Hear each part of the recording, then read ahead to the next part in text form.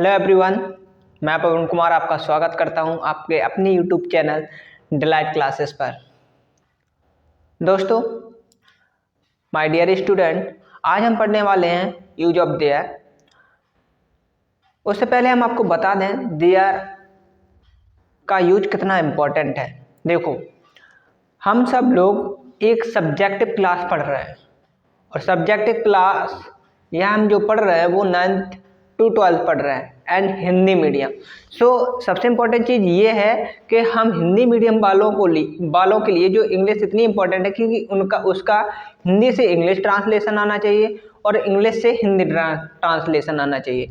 अगर आप ये सब नहीं कर पाते हैं तो हिंदी मीडियम वाले जो भी छात्र हैं उनके लिए इंग्लिश को सॉल्व कर पाना, उसको समझ पाना बहुत ही डिफ़िकल्ट होता है। तो देयर है वो ट्रांसलेशन में बहुत ही महत्वपूर्ण भूमिका निभाता है। जब भी आप ट्रांसलेशन करने जाते हैं या ट्रांसलेशन करने वाले होते हैं तो उसमें द मोस्ट ऑफ वर्ड आपको जो यूज मिलेंगे, जो वाक्य मिलेंगे वो देयर के होंगे। क्लियर? इसलिए अब हम यहाँ पर देयर का प्रयोग पढ़ने वाले हैं। सब लोग बड़े ध्यान से पढ़ें।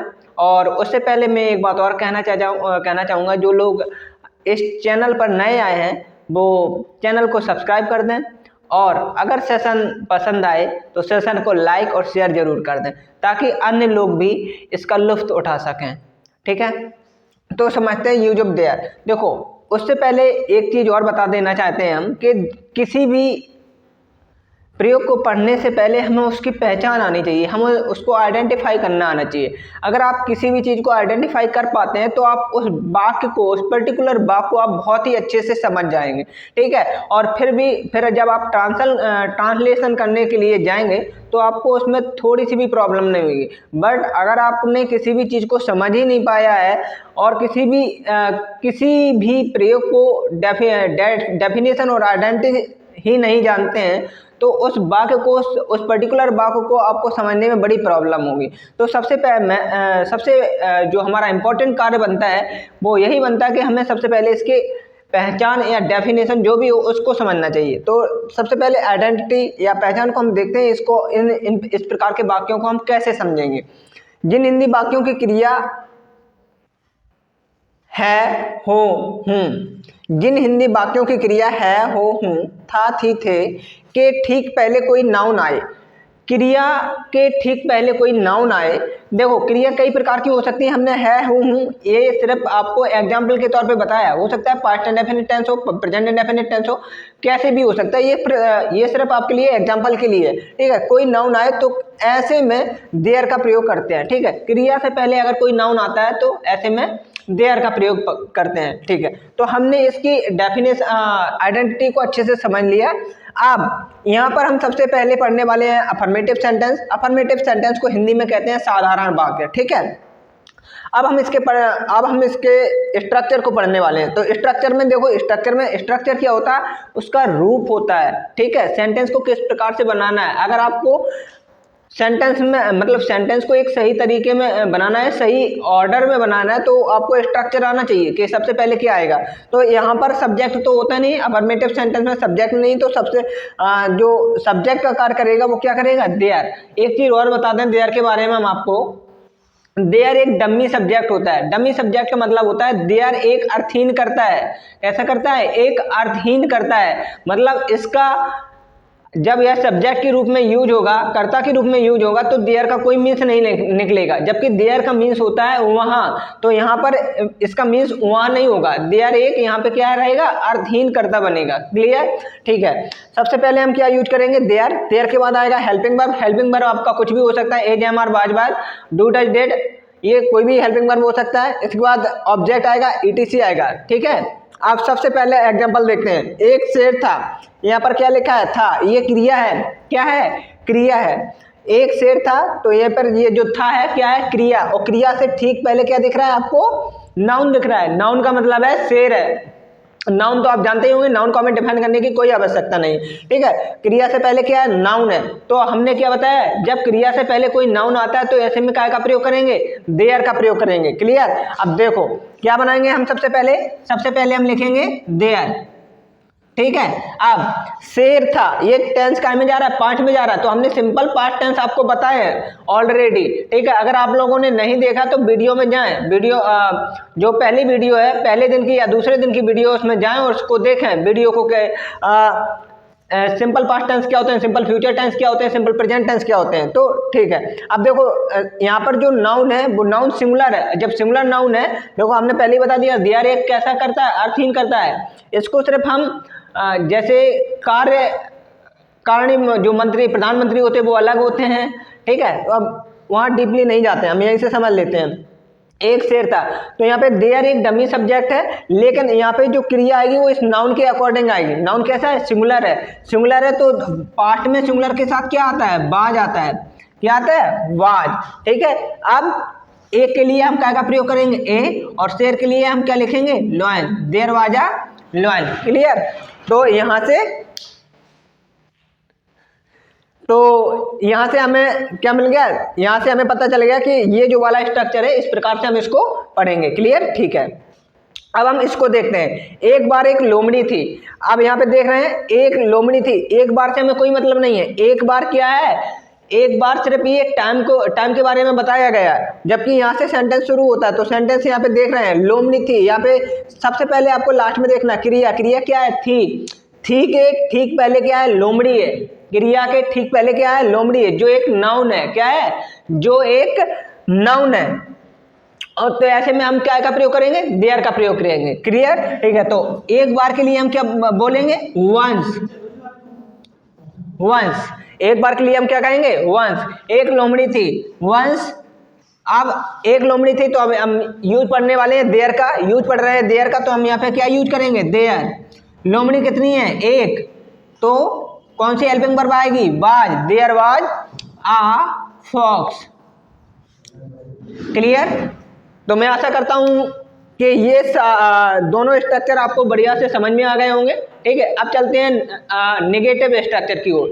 हम पढ़ने वाले हैं नेगेटिव स्ट्रक्चर के बारे में। देखिए, सबसे पहले हम इसके स्ट्रक्चर को देखते हैं। स्ट्रक्चर में क्या है, देयर सबसे पहले ही होगा, इसके बाद helping verb, not, object and etc, ठीक है। ये आपका स्ट्रक्चर है। इसी के अकॉर्डिंग हमें क्या बनाना है, टेंस को फॉर्म करना है। कक्षा में दो छात्र नहीं है, यहाँ पर ये है लिखा है, और है कि ठीक पहले क्या है, छात्र, अर्थात नाउन आया है। तो यहाँ पर भी क्या है का प्रयोग करने वाले, हम देयर का प्रयोग करने वाले, देयर। अब देखो छात्र कितने हैं, दो हैं, तो अकॉर्डिंग टू नाउन हम हेल्पिंग वर्ब का यूज करेंगे। देयर नाउन कैसा है, प्लूरल है, तो आर आ जाएगा हेल्पिंग वर्ब। इसके बाद नेगेटिव में क्या लिखा है, नॉट लिखा है, तो यहाँ पे हम नॉट का प्रयोग करेंगे। टू, दो के लिए, इसके लिए छात्र के लिए क्या हो जाएगा, स्टूडेंट। इसके बाद आ जाए छात्र कहाँ है, इन दी क्लास, यानी कि कक्षा में, तो लास्ट में क्या आ जाएगा आपका, इन दी क्लास। एक और एग्जांपल देख लेते हैं। कटोरा में दूध नहीं है, तो सब अब देखो दूध क्या होता है, मटेरियल नाउन है, और मटेरियल नाउन के पहले हम हेल्पिंग वर्ब सिंगुलर यूज करते हैं, ठीक है। तो there is not milk in the world. तो ये आपको समझ में आ गया होगा, मैं ऐसी आशा करता हूँ, ठीक है। तो इसके बाद हम पढ़ने वाले हैं इंट्रोगेटिव सेंटेंस के बारे में। अब हम जानने वाले हैं इंटेरोगेटिव सेंटेंस के बारे में, ठीक है। तो इसका भी सबसे पहले हम क्या देखेंगे, स्ट्रक्चर देखेंगे, स्ट्रक्चर क्या कहता है। तो अब इसमें हम क्या करने वाले हैं, देखो सबसे पहले हम क्या यूज करेंगे, हेल्पिंग वर्ब यूज करेंगे। Helping verb and then there and then object and then etc and question mark. Clear.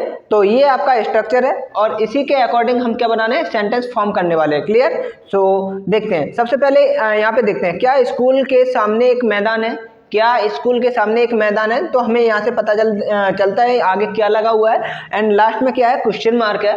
तो हमें पता चलता है कि ये कैसा वाक्य है, क्वेश्चन इंटेरोगेटिव सेंटेंस है। तो सबसे पहले हम क्या यूज करेंगे, हेल्पिंग वर्ब यूज करेंगे।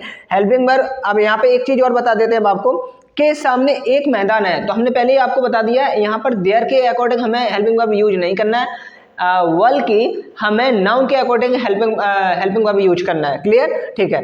तो यहाँ पे देखते हैं क्या के लिए हम क्या यूज करेंगे, एक, और इसके बाद क्या यूज करने वाले हैं हम, देयर, ठीक है। देयर के बाद मैदान है, ऑब्जेक्ट में पूरा क्या आ रहा है, मैदान, अ ग्राउंड, ठीक है। आ ग्राउंड किसके सामने, इन फ्रंट ऑफ स्कूल, के सामने के लिए हम किसका यूज करने वाले हैं, इन फ्रंट ऑफ प्रीपोजिशन होता है, बिफोर भी प्रीपोजिशन होता है, दोनों में कोई फर्क नहीं है। In front of school. Clear? ठीक है, तो ये आपका इंटेरोगेटिव का स्ट्रक्चर था। आप लोग इसको बड़े ध्यान से देखें और समझें। क्लियर? अब हमने पढ़ने वाले हैं इंटेरोगेटिव नेगेटिव। देखते हैं इंटेरोगेटिव नेगेटिव सेंटेंस, इसका स्ट्रक्चर क्या कहता है। अब देखो, इस स्ट्रक्चर में कोई भी चेंजमेंट नहीं होने वाला है, सिर्फ आपको देयर के बाद क्या लगाना है, नॉट लगाना है। ठीक है, helping verb there, not, object, etc and question mark. चलो देखते हैं इसके एग्जांपल को। क्या कमरे में चोर नहीं है? तो अब देखो, चोर भी कितना है, एक है। तो यहाँ पे सबसे पहले हम क्या यूज करने वाले हैं, is there not thief in the room and at last हम यूज करेंगे क्वेश्चन मार्क। क्लियर? तो ये आपका स्ट्रक्चर के अकॉर्डिंग सेंटेंस फॉर्म होगा। नेक्स्ट आता है आपका double interrogative. Double interrogative negative sentence. ठीक है, तो इसमें हम क्या करेंगे, इसमें हम सबसे पहले WH वर्ड को पहले लिखेंगे। WH वर्ड हमने आपको पहली वीडियो क्लास में बता दिए हैं। अगर आपको नहीं पता है तो आप पहली वीडियो क्लास में जाएं और उनको देखें और उनको लर्न करें। ठीक है, WH वर्ड, इसके बाद हेल्पिंग वर्ब आएगा, हेल्पिंग वर्ब के बाद देयर, देयर के बाद आपका ऑब्जेक्ट होगा and ETC and then question mark. Clear? ठीक है, तो ये है आपका एग्जाम्पल। इसको बनाते हैं। देखो, सबसे पहले क्या लिखेंगे हम, क्यों की स्पेलिंग लिखेंगे। WH वर्ड है क्योंकि, तो सबसे पहले हम क्या लिखने वाले हैं, वाई। ठीक है, अकॉर्डिंग टू नाउन हम यूज करने वाले हैं हेल्पिंग वर्ब। तो 5 छात्र हैं, प्लूरल है, 5 छात्र के लिए हम क्या लिखेंगे, हेल्पिंग वर्ब आर। ठीक है, देयर आर, वाई। अब इसके बाद क्या आ जाएगा आपका, there, why are there 5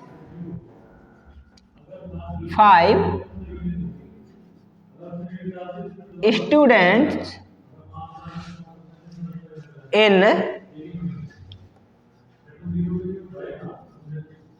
room and then क्या यूज करेंगे हम, क्वेश्चन मार्क। तो एक बार फिर से देख लेते हैं।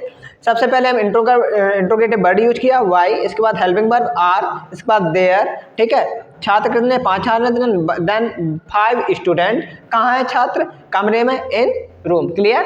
तो मैं आशा करता हूँ ये भी आपको बहुत अच्छे से समझ में आ गया होगा, और नहीं आता तो आप वीडियो को रिपीट करके देख लेना, कोई दिक्कत नहीं है, आपको समझ में आ जाएगा। ठीक है, अब हम पढ़ने वाले हैं डबल इंट्रोगेटिव नेगेटिव। देखने वाले हैं अंतिम स्ट्रक्चर को, जिसे हम जानते हैं डबल इंट्रोगेटिव नेगेटिव के सेंटेंस के रूप में। ठीक है, तो सबसे पहले हम इसमें क्या करने वाले हैं, कुछ भी चेंजमेंट नहीं होगा। जैसे कि हमने इंटेरोगेटिव नेगेटिव सेंटेंस बनाया था। ठीक है, हमें देयर के बाद क्या लगाना था, नॉट लगाना। तो यहाँ पर भी हमें क्या लगाना है, देयर के बाद नॉट लगाना है। सबसे पहले हम WH वर्ड को लिखेंगे एंड देन हम लिखेंगे helping verb and then there and then not and then object and ETC and question mark. Clear? तो ये आपका हो गया आपका स्ट्रक्चर। यहाँ पे एग्जांपल लिखा हुआ है, एक जंगल में एक शेर कैसे नहीं है। ठीक है, एक ही शेर है, तो जो नाउन है आपका सिंगुलर है, सिंगुलर नाउन के लिए हम सिंगुलर वर्ब यूज करने वाले हैं। क्लियर? देन हम यूज करेंगे सबसे पहले इंटेरोगेटिव वर्ड्स। इंटेरोगेटिव वर्ड्स क्या है, कैसे, कैसे के लिए हम यूज करेंगे हाउ। ठीक है, सिंगुलर नाउन है तो सिंगुलर नाउन के लिए हम यूज करने वाले हैं हेल्पिंग वर्ब इज। इसके बाद क्या आएगा आपका देयर, नेगेटिव है तो नॉट आ जाएगा। ठीक है, कितने शेर हैं, एक। ठीक है, तो एक के लिए क्या लिखेंगे हम, ए, शेर के लिए लिखेंगे लॉयन। कहाँ है, जंगल में, तो जंगल के अंदर होगा तो हम प्रीपोजिशन यूज करने वाले हैं इन, और कहाँ, जंगल के लिए हम क्या लिखेंगे, इन अ फॉरेस्ट, एक जंगल में लिखा हुआ है। ठीक है, तो इस प्रकार से आपका देयर का यूज है वो कंप्लीट होता है। अब हम आपको कुछ सेंटेंस देते हैं जो आपको फॉर्म करना है और कमेंट सेक्शन में आपको कमेंट करके बताना है। क्लियर? तो ये रहे आपके सेंटेंस जो आपको होमवर्क के लिए है और आपको फॉर्म करना है होमवर्क से। ठीक है, और इनको फॉर्म करके आप कमेंट सेक्शन में रिप्लाई करेंगे। ठीक है, और इसी के साथ अगर आपको सेशन पसंद आया हो तो सेशन को लाइक करें, शेयर करें एंड सब्सक्राइब, अगर चैनल पर नए हैं तो चैनल को सब्सक्राइब करें। और शेयर इसलिए करें क्योंकि और भी स्टूडेंट होंगे आप लोगों की तरह, वो भी इस वीडियो से पढ़ करके बेनिफिट ले सकें। ठीक है, तो इसी के साथ सभी को जय हिंद, राम राम, श्री राधे, जय श्री राधे और जय हिंद। मिलते हैं शीघ्र ही अगले वीडियो में, तब तक के लिए नमस्कार।